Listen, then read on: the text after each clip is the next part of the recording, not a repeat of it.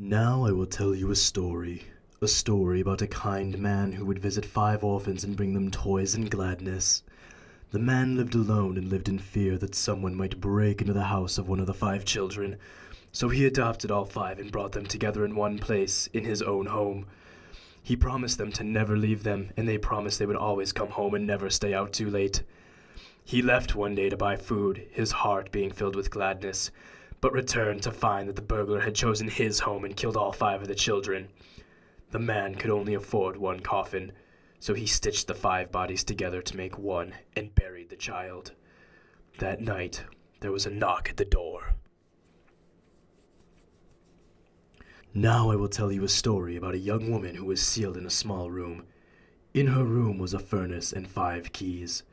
She was told that each of the 5 keys would unlock one of the 5 doors outside of her room. Inside each room was a child that she could take with her as she fled the building, but she was only allowed to leave her room with 1 key, not all 5. Desperate to find a way to save all 5 children, the woman melted the 5 keys together in the furnace to create a single key, hoping it would unlock all 5 doors. But of course it did not work that way. Now her key opened none of the doors. Rather than leaving her room with a key to 1 life, she had taken with her the key to 5 deaths.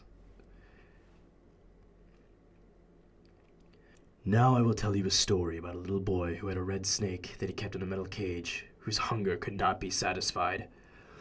One day the boy found 5 baby kittens outside his house. He brought them inside and kept them in a shoebox.